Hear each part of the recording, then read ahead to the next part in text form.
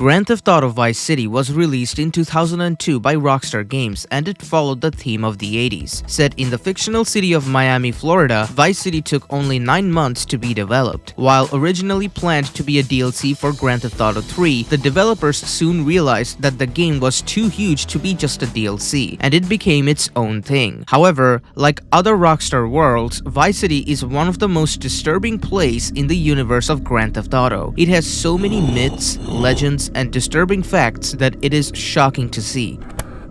In this video, I will be going to explain the disturbing theories iceberg of Grand Theft Auto Vice City. These theories and entries in the iceberg are both collected from the World Wide Web and from my own assumptions as well.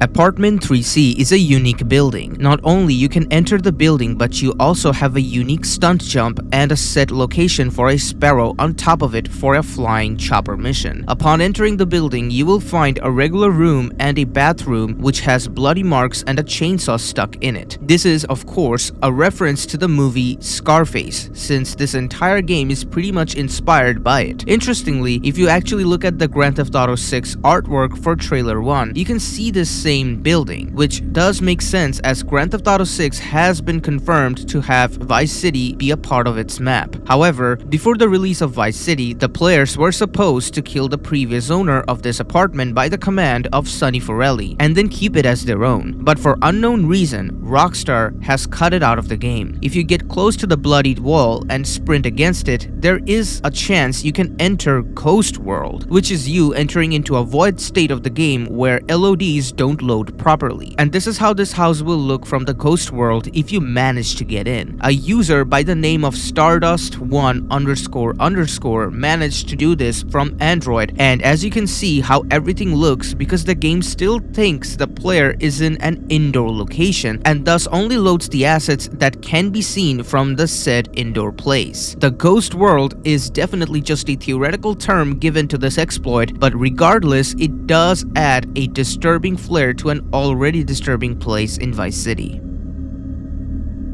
After being idle for a while, if you look out at the sea, sometimes you will see the silhouette of ships to spawn, but they will stay for 5 to 10 seconds and disappear after that, thus getting the name ghost ships. What is so unsettling about them is that they don't look like the ships that you find in the game. They look like naval battleships. A popular belief is that these ships will spawn in and out just to add immersion in the game, which does make sense as it does sell the immersion of a world being out there outside of the game's map. They are basically 2D textures that are tiny so that they can simply sell the illusion. However, what ruins this theory is that very rarely the ships will appear in the sky, which either means it's a glitch or an actual hoax, as there are chances of both being equally true. These 2D ghost ships can be classified from the internal files of the game. The textures are named boats_1 through boats_8. According to the official data in the game files, there are 4 ships, each also having a mirrored version, for a total of 8 textures. 2 of them are yachts, and the other 2 are a sailboat and a cruise ship. It has been rumored that the waters far away from the shoreline are haunted by a sailor who was lost at sea. However, it could be a possible glitch and nothing else.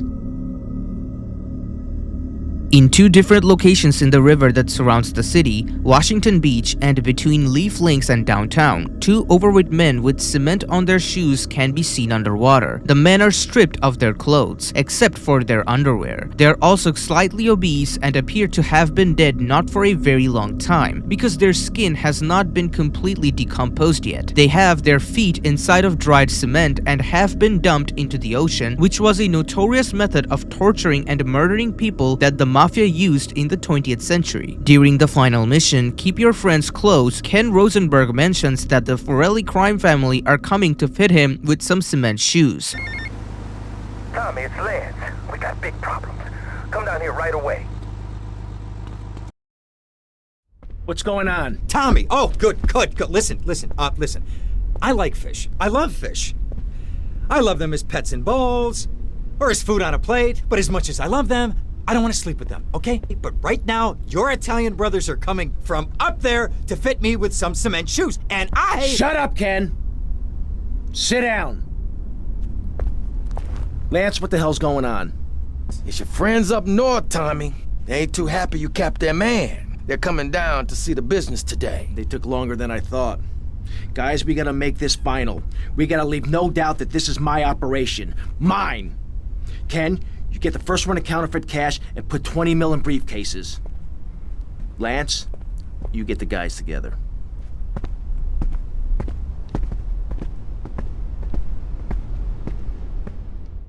This seems to imply that the Mafia is responsible for this criminal act. However, there have been no confirmation of such a thing. Another major theory surrounding this has to do with Jimmy Hoffa. These cement shoe men can also be a reference to Jimmy Hoffa because Hoffa was a powerful and controversial leader of the Teamster Union from 1957 to 1971, often alleged to have ties to organized crime. Hoffa was finally convicted of fraud and jury tampering in 1964 and served 4 years. In 1975, while trying to regain power in the Union, Hoffa disappeared from a restaurant parking lot in Bloomfield Hills, Michigan. He was widely assumed to have been killed by the Mafia. His body was never found, and in 1983, he was declared legally dead. In September of 2001, news reports claimed that DNA tests by the FBI had tied Hoffa to a car driven by his associate Charles O'Brien the day Hoffa went missing, suggesting that charges might still be brought in the case. Many believed Hoffa to be thrown into a cement mixer and mixed in with an architectural structure. An article called Radar Online recently published a blog claiming with the headline, "Jimmy Hoffa was crushed to death by 1,500 pounds of garbage sent to paper mill, liquefied, and turned into recycled paper." Top investigator reveals as Teamstar's boss, last seconds alive, are finally revealed after 49 years.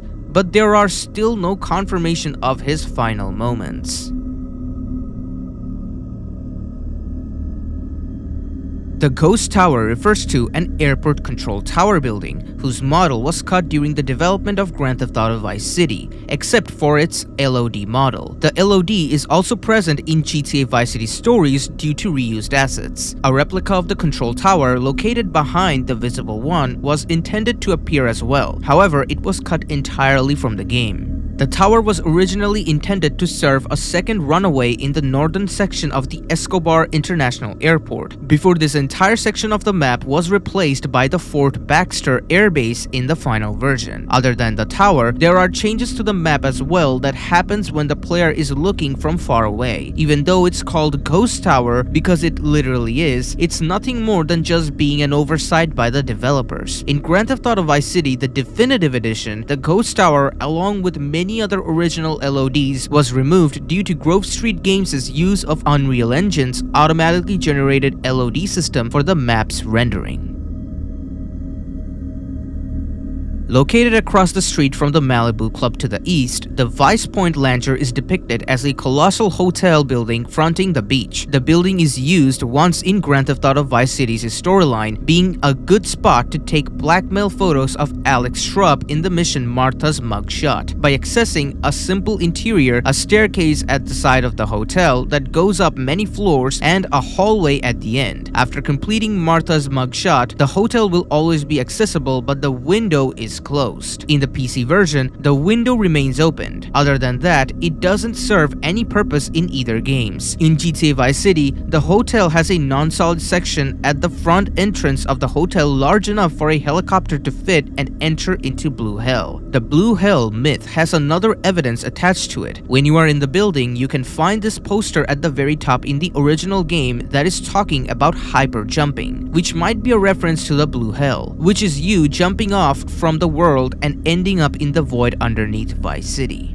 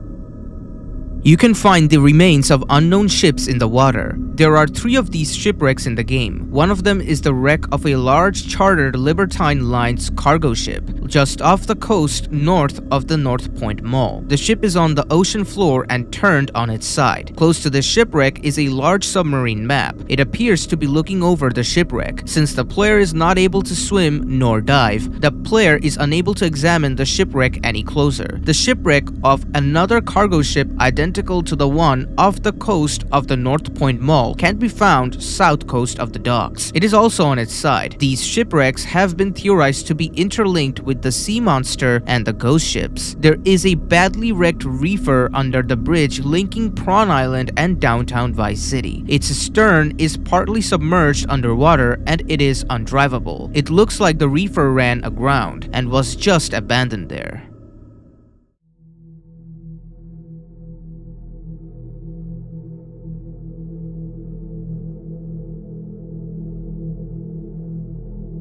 In Little Haiti, you can find a shop named Funeraria Romero. It's a business that claims to really dig graves. It is implied that the corpses are used in a nearby butcher's shop called Carnicero Romero, as the shop has an arm, a brain, and a box reading human organ for transplant on display in the shop window. This is further reinforced by the fact that the skeleton in the open grave behind Funeraria Romero has an arm missing. In the mission 2-bit hit, Tommy must kill a Haitian warlord during the funeral of another Haitian. The warlord and other Haitian gang members are on the street outside the shop.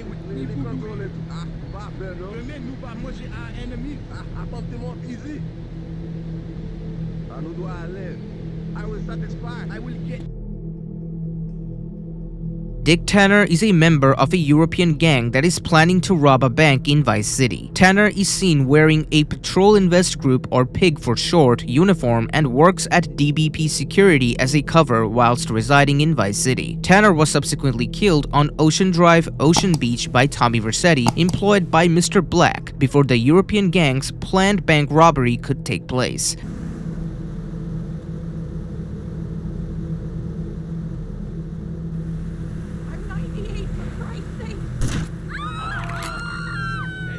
His last name matches that of John Tanner, the protagonist of the Driver series, whose games are often called GTA clones. In retaliation, Reflections Interactive and Atari decided to create the fictional character Timmy Vermicelli in Driver, a nod to Tommy Vercetti. His name is also theorized to be an adult humor on Rockstar's part, as Dick Tanner can refer to somebody who creates leather penises or someone who applies suntan lotion to their genitalia.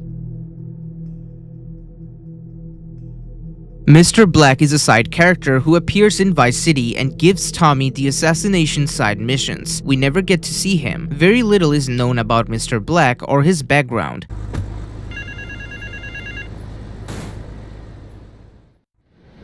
The European gang plans to hit a bank in Vice City. My employees would rather this didn't happen. Each member of the gang has a collar while they are here in Vice City. Some have menial jobs, others are on vacation. Each target and their likely whereabouts are taped under the phone. The Vice City Bureau of Investigation believe he is running a hitman business and may have a connection to money laundering. He speaks with an ambiguous European accent. At some point, either during or prior to 1986, Mr. Black started working with Leo Teal. Teal was later killed by Tommy Vercetti, who took Teal's cell phone. Hey, what you looking at? You better start talking. Hey, make me, you prick. Come on, then!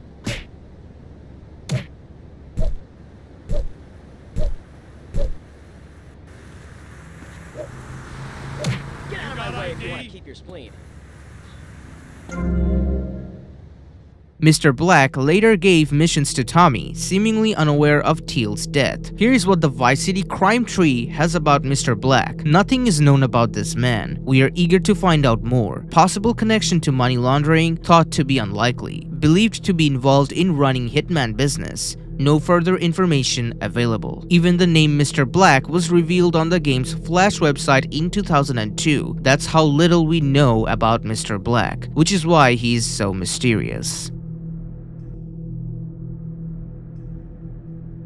The submarine is located underwater north of the North Point Mall and right next to the chartered Libertine Line's shipwreck. The submarine is suspended underwater and it appears to be guarding the shipwreck. There is a myth associated with the submarine in GTA Vice City. Many players have debated its purpose within the game. Its presence is strange because it appears to be looking over the chartered Libertine Line's shipwreck as if it was guarding it. The submarine is never featured in any storyline mission nor side mission, and it remains unnamed in the game. What is so strange about all of this is that how there are so many underwater details which serves little to no purpose in the game. Not to mention Tommy can't swim at all, which makes all of this more mysterious than ever. This is a very popular myth on Reddit. Ricardo Diaz is the one who is responsible for the first drug deal that was about to take place in the game. As Tommy teams up with Lance and later learns about this, they both go after Diaz and take his mansion for themselves in the mission Rub Out. Many players have reported seeing his ghost in the Vercetti estate and reported hearing windy voices and strange whistles all over the mansion. Diaz's ghost is believed to roam around the mansion at late hours. An observation can be made on the first floor of the mansion, a religious portrait hanging on the wall. Religious portraits are often used for the avoidance of demonic activity within the possessed object or region. This could be plausible that Vercetti estate is haunted by ghosts. It is named Bible 1 in the internal files of the game. It is possible that Tommy is Catholic due to his Italian heritage and would naturally put up religious artifacts in his home. There are also these images that are floating around on the internet. Lots of players believe that these might be the ghost of Ricardo Diaz or at least have something to do with him. What gives this theory some grounds is that it's actually possible because as we know that ghosts are definitely a thing in the Grand Theft Auto universe, but it is very likely that these are just some graphical glitches than anything else. For example, this bulb doesn't light up at all, but you can see light around it. Even though a lot of players think this has something to do with demonic activity, it's highly likely just a mistake left by the developers at Rockstar North and nothing else. When you start the game, you are introduced to Sonny and his plans to expand the drug business in the South. During this cutscene, a dead man can be seen in the background. To this day, no one knows who that man is and why he's there. I have always thought it was there to make these characters give the impression of being dangerous to the players and nothing more. But the community never stops. The cutscene takes place at Marco's Bistro. Marco's Bistro is a restaurant owned by the Forelli family. It appears in many other Grand Theft Autos, which is why the meat beside the man explains that it's probably the storage of the restaurant and no one was going to look at there, and that's why the Forelli family killed the man and hung him there. There are other theories such as that man was being tortured to give up something to the Forellis and that's why he ended up like that. Otherwise, that's not a very convenient way to kill a person, especially in a crime scene where criminals want to hide the evidence as soon as possible. Another theory is that maybe someone else in the family is a cannibal, which makes Donald Love be connected with the Forelli family in one way or another. But other than that, nothing is known about the hanged man.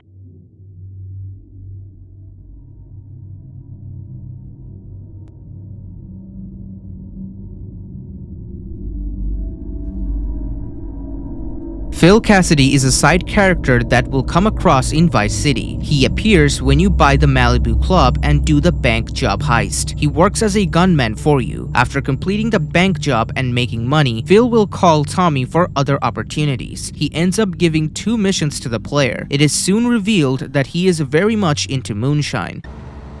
Tommy, I really enjoyed working with you. Ain't had so much fun since the Reg and Nom, pal. Anyhow, if you need anything, you call on me, you hear? Always remember those I served with, and I'm sure I can help you out. You hear? Bill! Run! Run!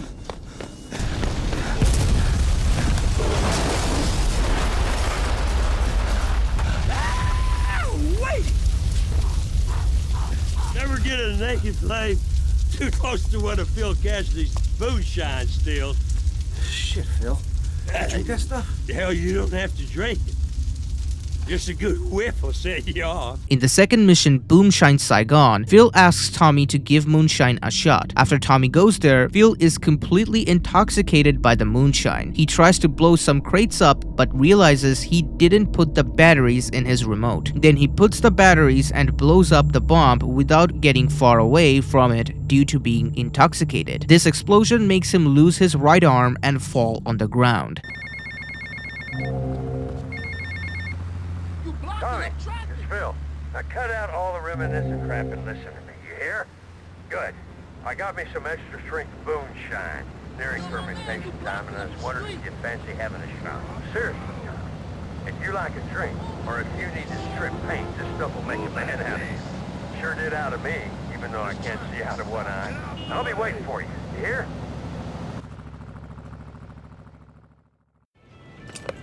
Hey, Phil. How's it going? Hey, Tommy!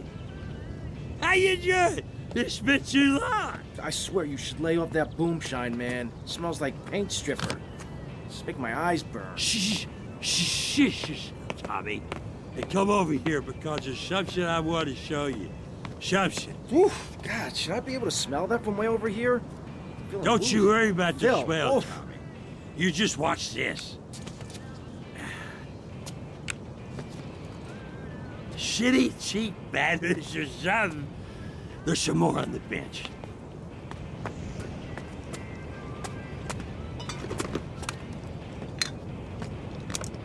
Ta-da! Oh, damn!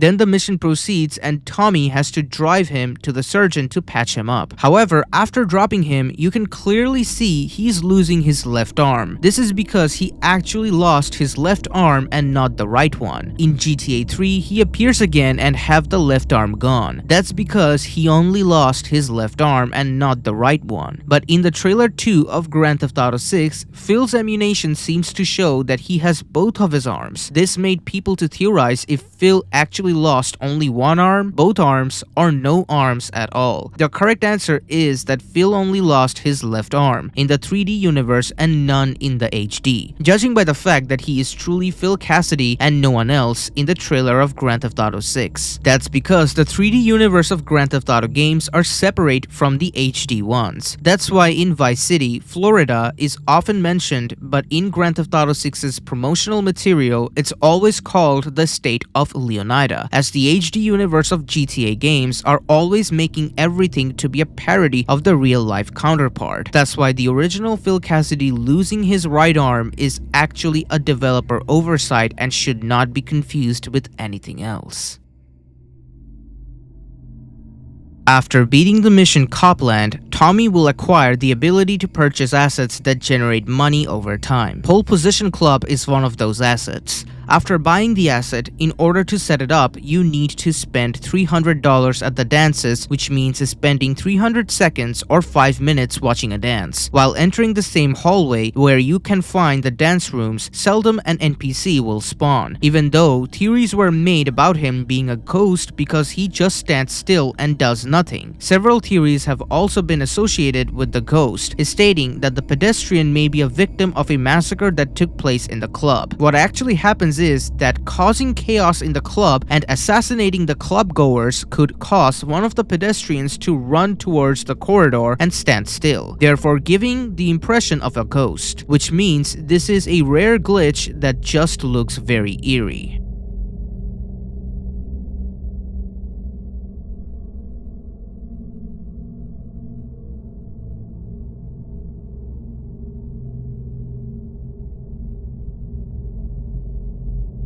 The The supposed torture cells are located behind the main offices of the Washington Beach Police Station. They are inaccessible and their entrances are hidden, although they can be seen from the barred windows of a few main offices. These cells were originally thought to be torture cells, but upon closer inspection of the textures, they have been proven to be just flagpoles in storage closets. But a large number of people still to this day debate on it because of the fact that the area is not accessible by the players. This is probably either because of design choice or more likely time constraint on the developer's part, which is why they couldn't make the area accessible and instead just made it to be a detail.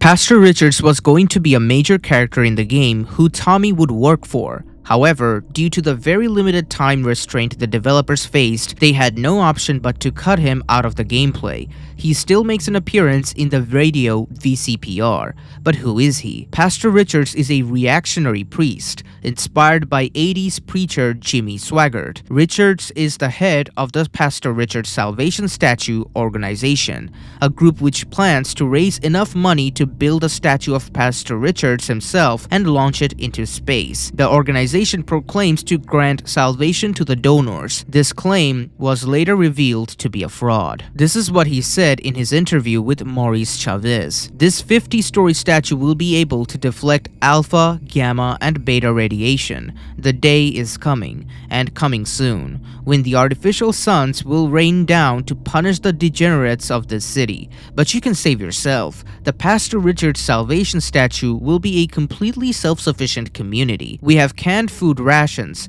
private living quarters, and enough supplies to survive happily the predicted 40,000 years of nuclear winter.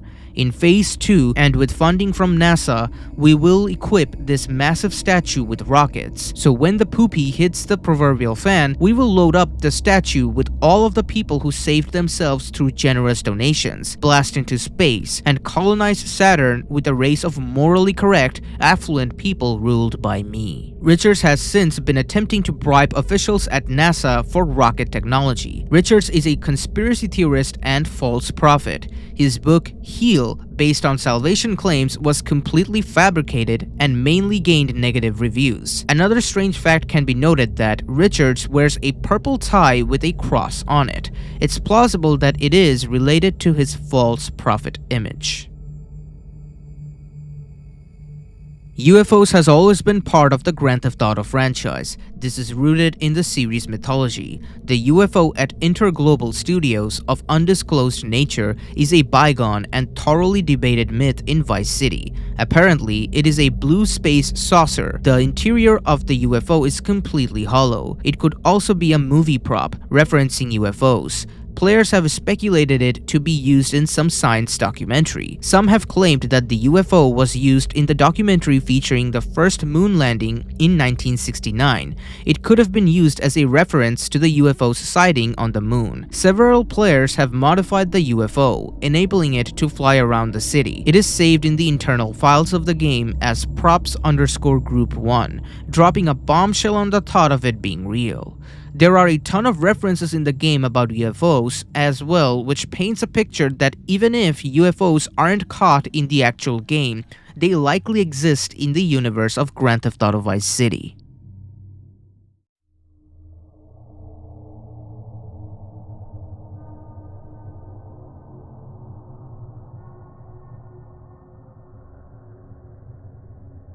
You probably know about this since it's the most popular Easter egg of this game. In order to find and take a look at the billboard, you have to go to the ammunition in downtown. Then make sure you have a rocket launcher, which you can get from Phil's place or just by using cheats as well. After entering the store, stand on the helmets that are on top of the counter. Then go to the wall and aim at the streets with the rocket launcher in first person and then turn the camera 180 degrees. Your vision will clip through through the wall and you should be able to find the poster. It is one of the few references Rockstar has made towards a real-life person instead of making a parody like they usually do. My guess is that's why it was cut out of the game, because it showed a real-life figure. In the billboard, you can see former President Ronald holding a gun and shooting the Soviet head of state Mikhail Gorbachev. The most acceptable answer to it being hidden is what I already stated, but another theory behind this myth is Rockstar removed it because it looks like Rockstar is accusing Ronald Reagan of killing Mikhail Gorbachev or harming him in one way or another, which can get them in legal trouble. I think both theories hold equal value, but we will never know why it's in the game.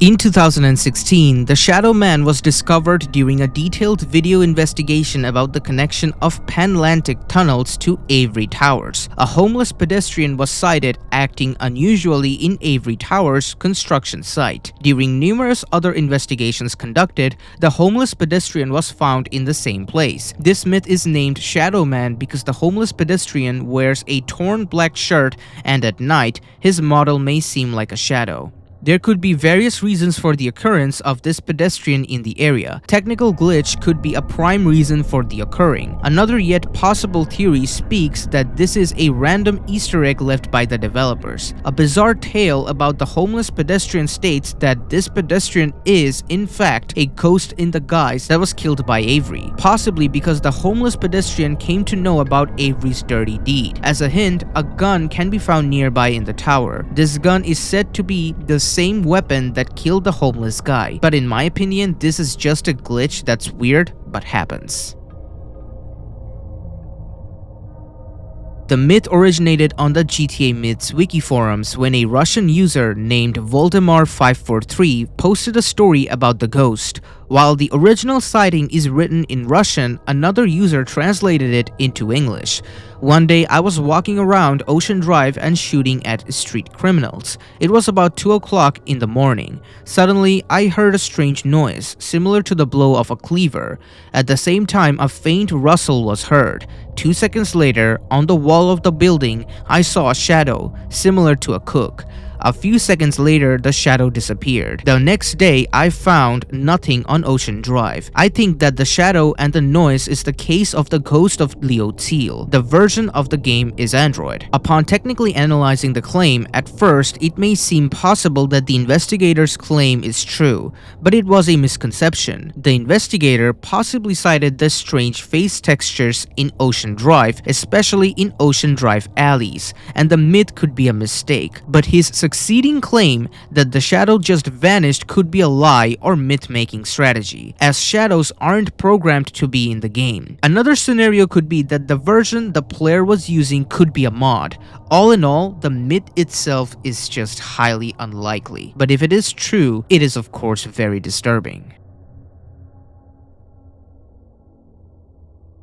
Mr. Moffat is a mythical and a beta character in Grand Theft Auto Vice City. He's another cut character that is completely wiped off from the game, unlike the pastor who was still in the game in some shape or form. Apparently, Mr. Moffat was a businessman and had ties with Tommy Vercetti prior to his run in 1986, so it is assumed that Mr. Moffat hailed from Liberty City and may be related to the Vice City Mafia as well. Mr. Moffat was scheduled to be featured in the mission Hello Moffat when he calls Tommy Vercetti to help him escape from the local police.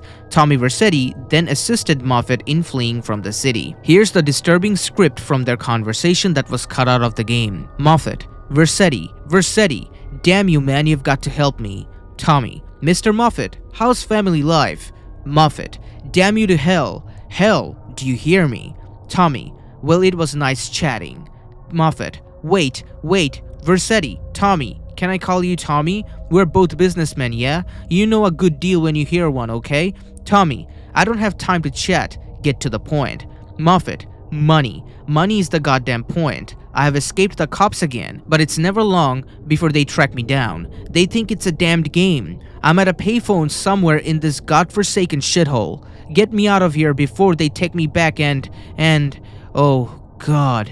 Tommy: well, I'm busy for the next. Moffat: no, don't shit with me here. Have a heart. No man should have to do such things. I'm on my knees here, Tommy, in the dirt begging for you, please. Tommy, I guess I could swing by that way, see if I can spot you. Moffat, oh god, they're coming. For the love of Christ, hurry, hurry. There are a lot of theories why he was really scared from the cops, but I think what happened here is that he owed the mafia or some other unknown people money and they were the ones who were actually coming after him. Regardless, the fact that this is the only thing we have of the script is very unsettling, but unfortunately we will never know.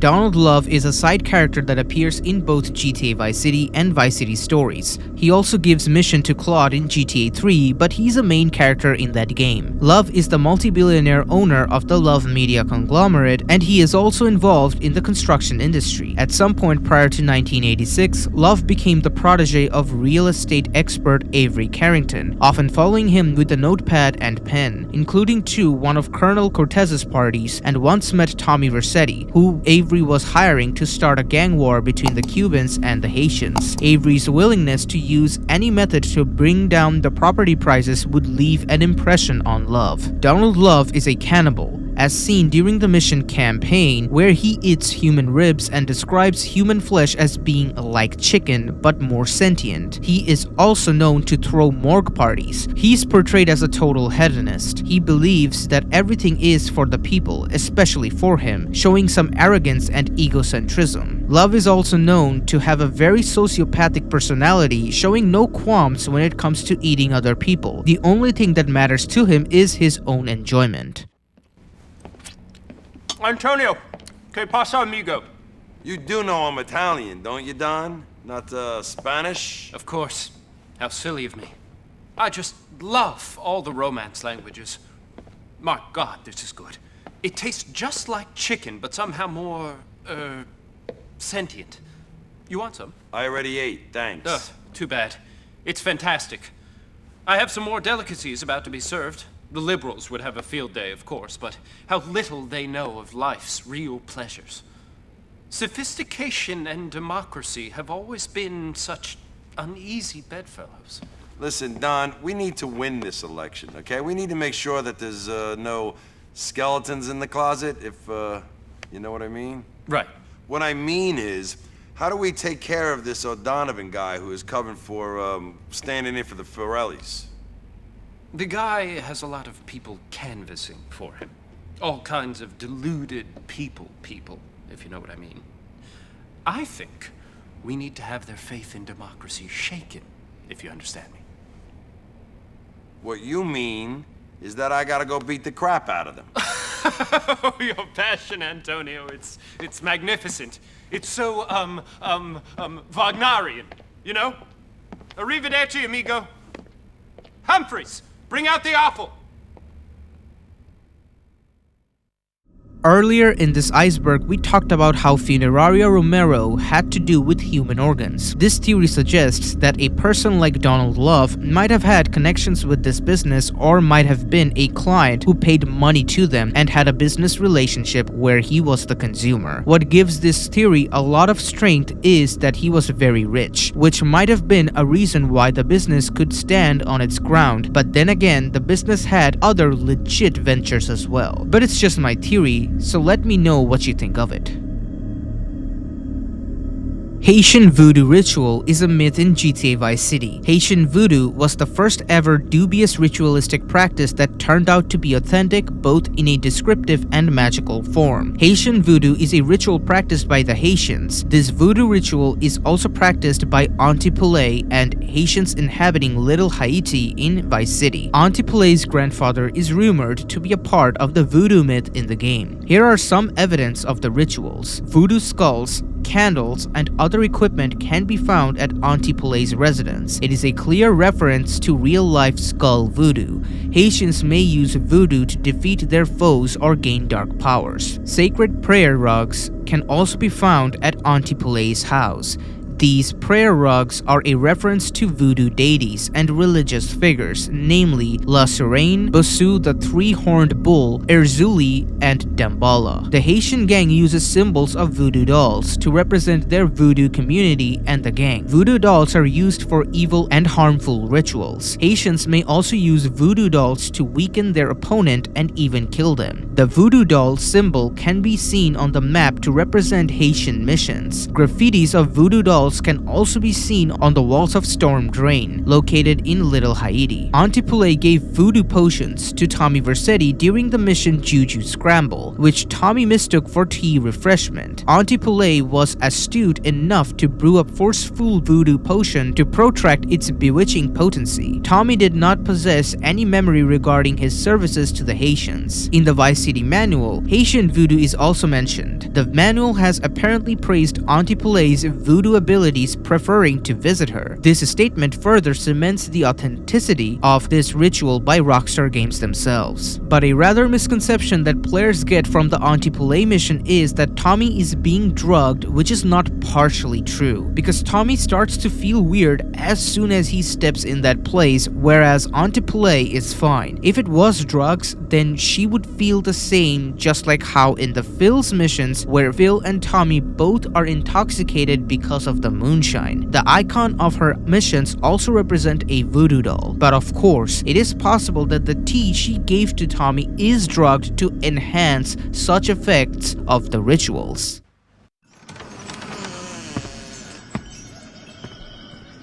Oh, sorry, I must have the wrong address. Well, you might as well come in and rest your souls and have some tea.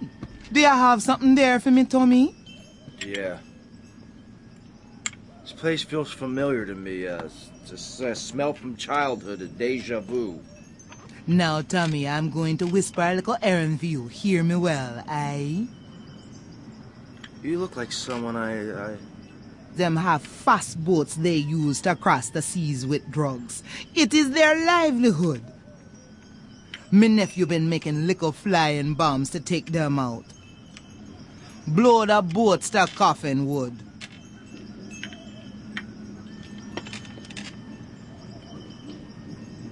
Thanks for the tea.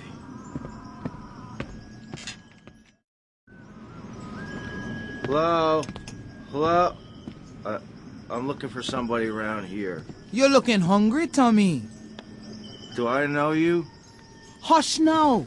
One more thing and I can let you go, Tommy. My boys gone war with them boys, but no guns. While they fight in the streets, you will take this rifle. No one sees you, no one hears you. Now, Tommy, you do this for me, and you no longer tie to my apron strings. Okay, Auntie.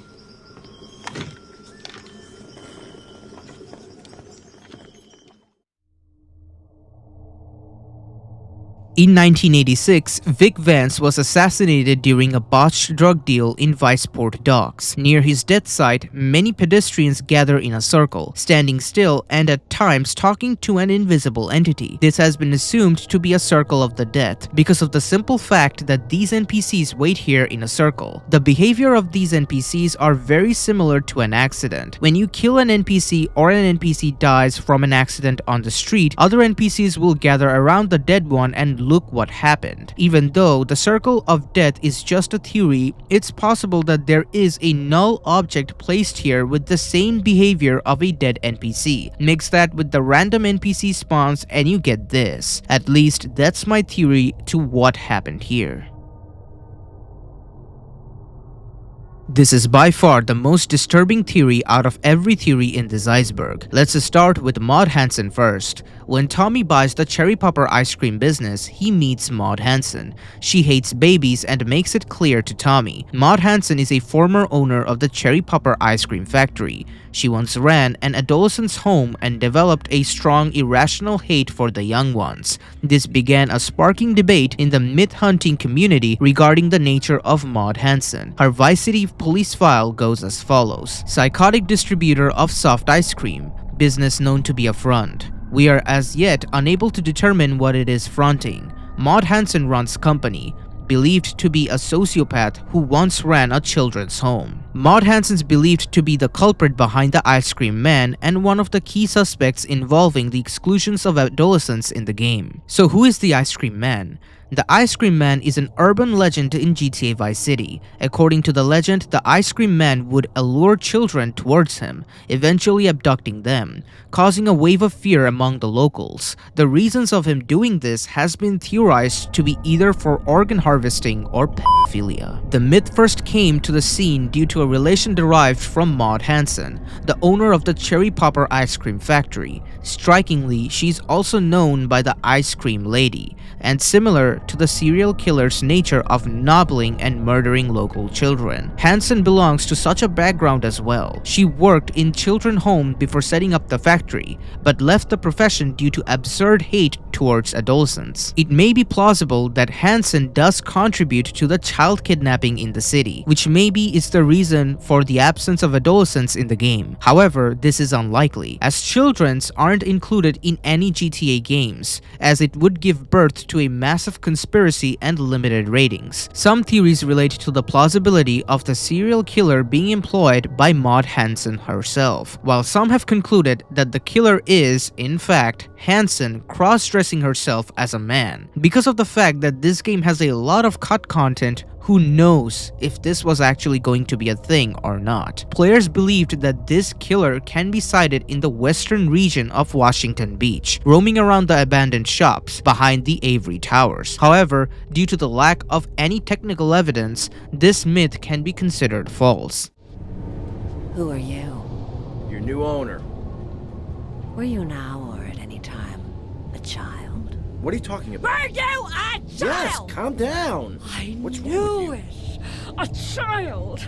A dirty, stinking, sniveling, snotting, vile, puking, crying little baby. A baby! An awful, horrible, disgusting little boo-hoo! Mommy doesn't love you. You little shit! Ow, calm down. I hate babies, and I hate children. They're dirty, sniveling, snotting, vile, puking Enough little... already! What is wrong with you? You make soft ice cream, okay? It's purely for kids. What kind of psycho are you? Just so I understand this, why make children happy if you hate them? You stupid, sniveling, snot. Shut up! Rat! The ice cream is a front. We distribute other non-dairy products. And if I see a kid, I put him to good use. Don't I, kiddies? Yes, I do. Mommy doesn't love you. She hates you. But if it were true, then another crazy theory is it could have been connected with Carcer City. But for that to make sense, you need to understand what's going on in the game Manhunt. Let me explain.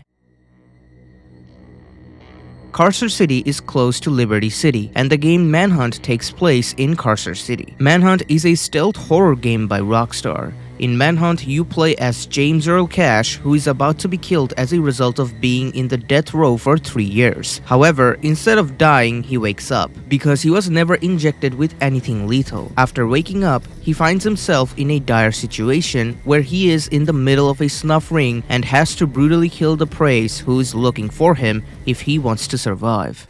It looks like this goes all the way to the top. I can't trust anyone, least of all the police, and time's running out. I've got to get the one piece of evidence that will expose Starkweather without a shadow of a doubt. Footage and testimony of a man who was executed by the state 5 hours ago. James Earl Cash, found guilty and sentenced to death, has been on death row for the past 3 years and was executed last night. Hey, tough guy, wake up. You're not dead. Well, not yet, anyway.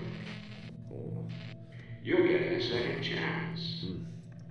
Another throw of the dice. As far as the world is concerned, you died back in the chamber. Justice was served. James fell. Cash is rotting in hell. Hey, get a grip and calm down. You're probably suffering from shock, and I'm here to help. Pick up the ears. Put it on. Go on.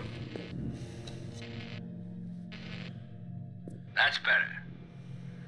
Now only you can hear me. And that's the way you're gonna want it, because I'm your only way out of here. Hey, easy. Look, you've had an unexpected reprieve. Do exactly as I say, and I promise this will be over before the night is out. The guy giving him these instructions is Lionel Starkweather, who is also the director of this snuff film, Directing Cash. A snuff film is a type of film where real violence and murders are depicted for fetish purposes, and it's illegal. One of the connected people with this snuff ring is named Mr. Nasty. Mr. Nasty is a character that is rumored to appear in the box art of the game. But the truth is, no one really knows his actual identity, as Rockstar has kept him completely mysterious. He is the producer of the snuff films and also works for financing them as well. In the final cutscene of the game, after finishing it, the game shows the players a clip where it depicts that the events of the game might have been a product itself, meaning every kill, death, violence, and bigotry that took place in the events of the game itself is recorded as a snuff film. And after the night ended, the recordings have been edited and distributed to none other than children.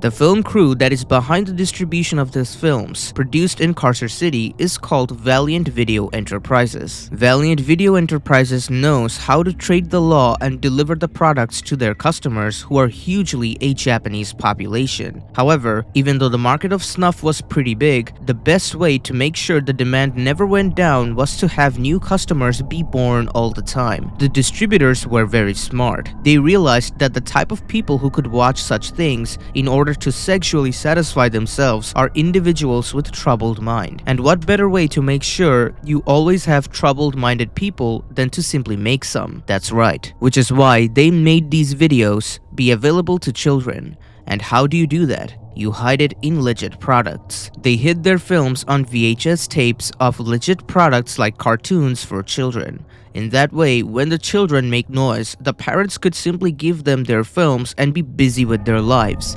But the children would realize they are watching something that isn't what they thought, and they aren't supposed to see them. But because of the nature of how movies are made and everything being fake, if the parents ever caught them, they would think of it as a simple movie for matured audience and would simply take them away from their children and never report it to the authorities. However, if that never happens, then the children could simply watch the film and see what's happening and get traumatized or addicted. Because of the repulsive nature of such content, they would keep it a secret from their parents and grow up as a customer for snuff. That was the ultimate strategy of Valiant Video Enterprises, which is why the Ice Cream Man could have also simply abducted the children and taken them to Carcer City for malicious reasons. One thing to note here, both Manhunt and Grand Theft Auto are set in a shared universe. Michael from GTA 5 actually mentions that his first ever heist took place in the outskirts of Carcer City, and in the game Manhunt, you can find sprunk vending machines, which implies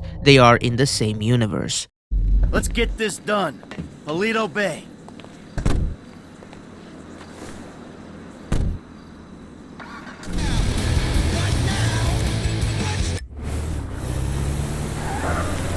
You ever hit a bank before, Franklin? Yeah, I was the driver on the job my boy Lamar pulled. Guess it's the same kind of shit we doing now, right? Nice, bro. What was the take? Shit, I don't know, man. I can't remember. Come on. Everyone remembers their first score. Shit, not me. Mikey, bro, what was your first bank score? 88, outskirts of Carcer City. Took a small franchise for 10G. Yeah, things were easier back then. Yeah, 25 years ago. Jesus! Even Grand Theft Auto 3 has a radio conversation about the police chief of Carcer City. So I'm sitting here reading the Liberty Tree, and it says, in nearby Carcer City, a good day for law and order as Police Chief Gary Shaver was cleared of corruption charges in a controversial decision by the courts. Let's hope those missing witnesses turn up safe and sound. And the references just goes on and on.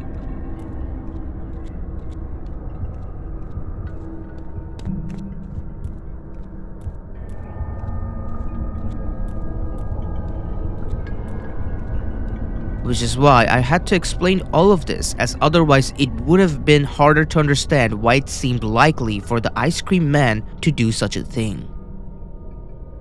Vice City is full of myths and legends like any other Grand Theft Auto title. Even after more than 20 years since its launch, it remains to be one of the most unique experiences in not just the Grand Theft Auto series, but also in gaming. Thank you for watching this video. Consider becoming a member for more disturbing lore videos surrounding not so disturbing video games, and watch my content earlier than everyone else.